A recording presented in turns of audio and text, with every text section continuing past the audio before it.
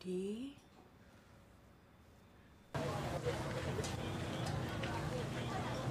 Besar juga bazar Ramadan kat sini.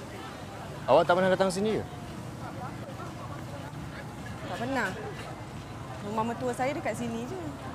Nanti awak hantar saya dekat rumah mertua saya. Boleh? Saya nak beli kuih kejap. Awak nak beli apa-apa? Kak Ros. Tolong saya.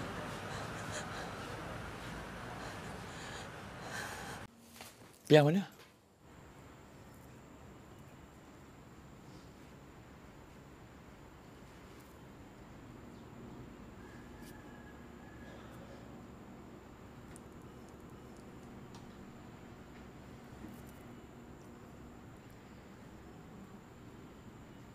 Kak Ngah?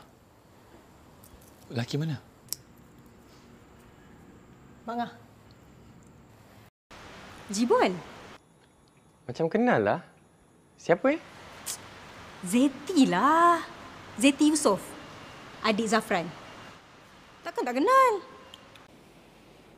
Kalau dalam hal ni,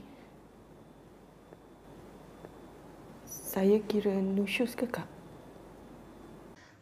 Akan dibalas oleh Allah Subhanahu Wa Taala di dunia dan juga di akhirat. Phone tu. Nanti akak balik, akak beli SIM card baru. Okey, Kak. Kalau kau nak call Budi, kau pakai je phone rumah. Okey. Aku dah call lah, dia tak angkat telefon. Aku cari dekat sini. Mana Pia? Reportlah polis. Susah sangat ke?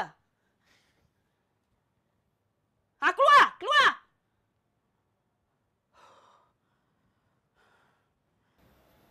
Berani betul dia orang buat DNC. Itulah, masa dia orang buat, tak ingat dunia. Tapi, dah mengandung, kelang kabut lah, panik lah jadi. Itulah masalah dia. Dia orang tak ambil prevention langsung.